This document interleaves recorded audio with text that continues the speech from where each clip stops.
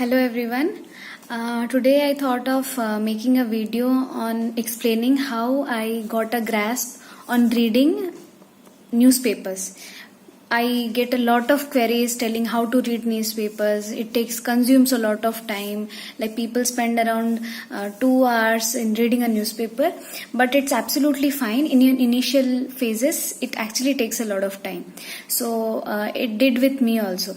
The first problem which we face when we start reading a newspaper is we don't understand the editorials, especially because all the editorials are written with a background.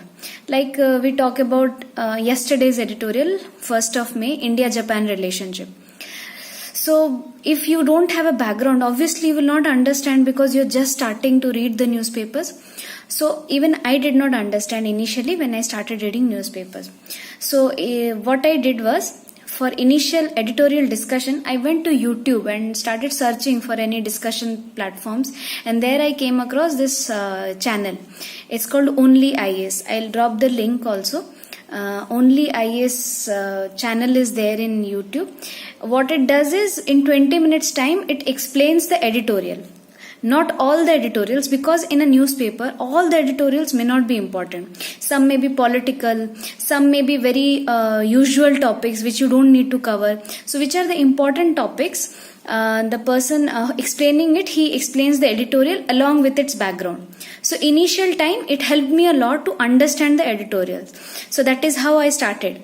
Then what I did was, I always used to say in making notes, I have GS 1, 2, 3, 4. 4 separate copies. So if yesterday's article was on India-Japan relationship, so it comes under GS2 international relations. So you can have a copy or loose sheets, whichever is convenient to you. So India-Japan relation, you have a static portion. Then as and when current affairs develop, you can keep on adding pages as per what is the current scenario, how Japan is helping India right now. So this is what the current affairs part is. And that is how the questions will come in the exams also. It will be based on current affairs. But when you have to start writing an answer, your starting will be static.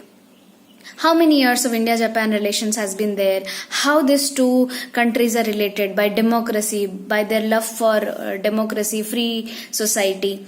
So that is how you will start your answers. But your body of the answer will be the current affairs. And from where will you get your current affairs?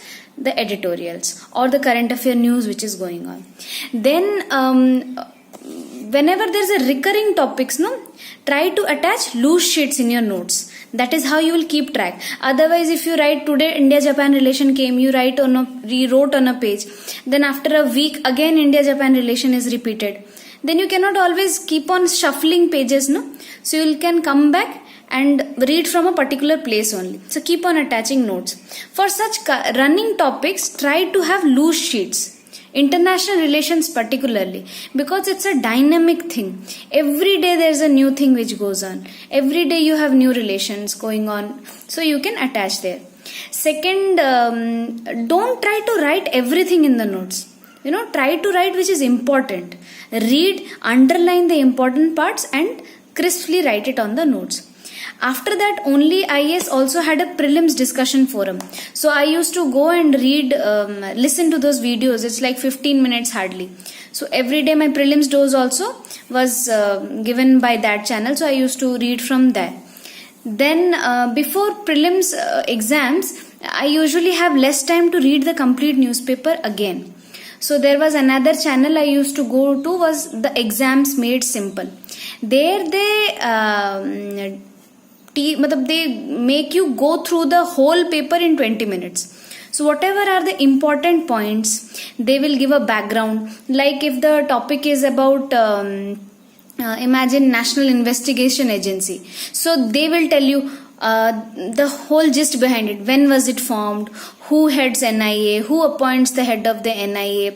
So this is what comes in prelims, right?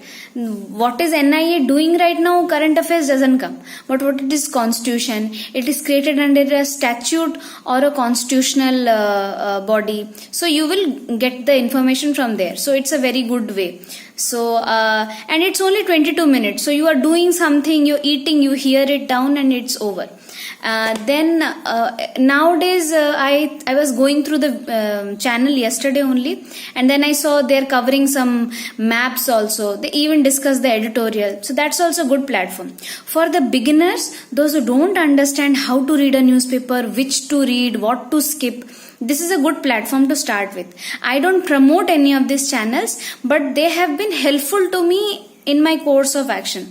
So there's no personal gain attached. It's just my viewpoint. If you find some other good websites or channels which you find useful, you can share with me. I can share with all people.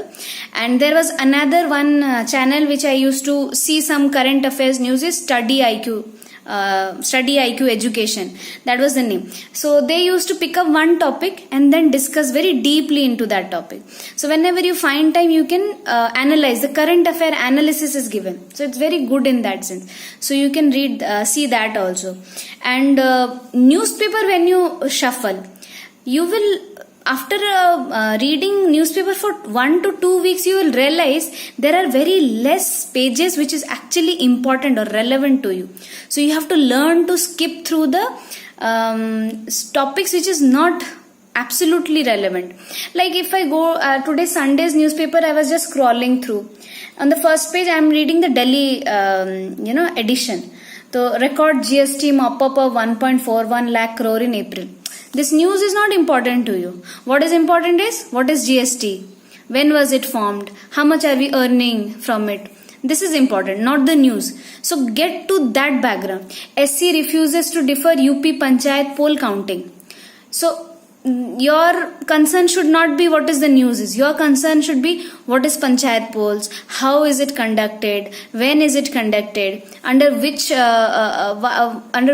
constitutional act does it come around. So this should be your focus. You're understanding. Every news has its background. Like private hospitals begin COVID-19 vaccination for 18 plus.